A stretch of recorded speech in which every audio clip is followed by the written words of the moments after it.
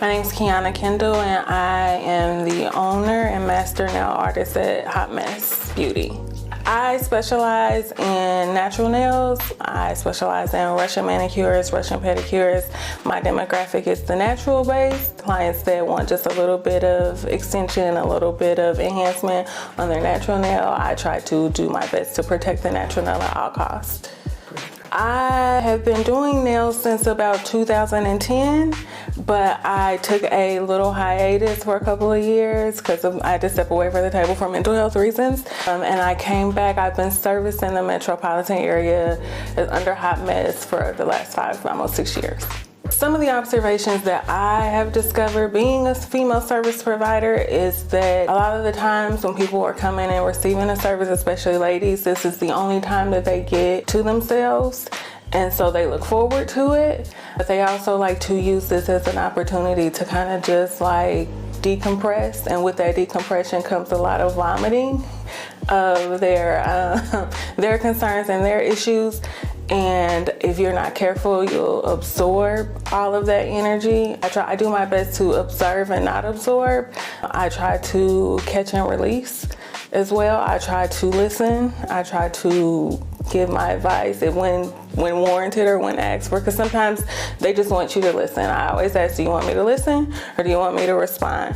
But within that, I also have to make sure that I protect myself and I have boundaries, because it's very easy to walk out with the energy that people have dumped on you. So you have to kind of, sometimes as a service provider, have boundaries and protect yourself to make sure you're not being other people's problems.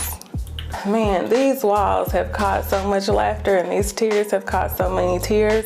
A lot of the times in here it's either like marital issues, relationship problems, whether that be with your spouse, with your children, with your parents or your siblings, with your family, and friendship. Business-wise, I service a lot of other business owners. I notice them having like financial hardships or just trying to make ends meet, or especially with the disruptive environment we have right now, we're all kind of encouraging each other to like be proactive instead of reactive, pivot, be agile and be ready to pivot quickly. I think that sometimes it's just being tired, overworked, overwhelmed, stressed, trying to do too many things for too many people. And more than anything, I think a lot of the times, especially as a woman, as a nurturer, we spend a lot of time taking care of everybody else and not enough time taking care of ourselves. And a lot of the times I hear my clients say they're pouring from an empty cup.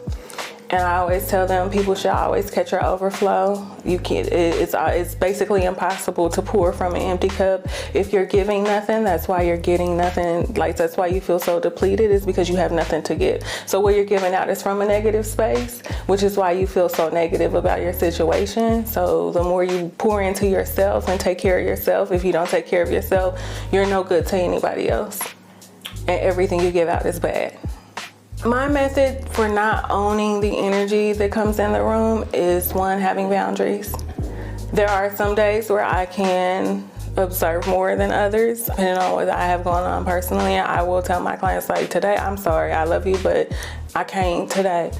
I always offer people services next door. I have a couple of clients that are licensed clinical social workers as well. So I also like refer out. I always let them know I am not a therapist. I am not skilled or trained in that area. I am a great listener, but I am not skilled in the area of therapy. So I always try to refer out as much as possible. I also try to limit my time in here.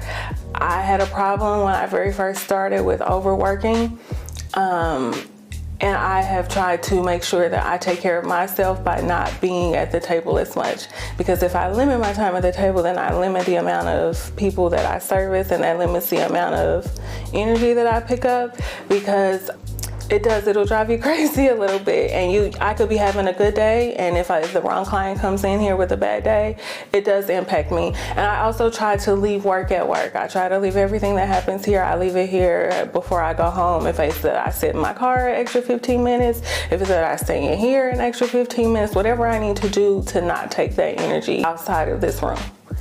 I actually am in therapy myself. I have a therapist. I always tell her she's your favorite therapist because she's my favorite therapist. I've been taught to pause and then respond. And sometimes like really doing the introspective work of, does this really matter? At the end of the day, does this really matter? How important is this? How is this going to impact my future? Trying to respond with logic and not emotions.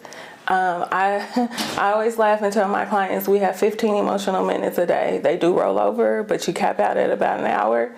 So when you hit that moment, like you just have to get up, like live in it, feel it. Your feelings are always valid, right? You can't control how you feel, but you can't respond to your feelings well. It's always a choice, and you always look like your decision. So feel what you feel, but let's move forward. Let's move forward on how we're gonna get past the moment. And sometimes I have to ask my clients sometimes, like, do you really just want to dwell here? Do you like the feeling that you have, or do you want to move past it? Because sometimes some people just really like chaos. Some people really like pain. Some people really enjoy that. So you have to decide like what you want your life to look like. You get to decide, and then you have to do things to put that in motion to drive the change. So do you want to drive the change, or do you just want to drive in do you just want to stay there forever? And doing that is just kind of really just evaluating what your life looks like, what you want your life to look like, how do you want to feel, and then putting things in place in motion to live the life that you want to feel, the feelings that you want to feel.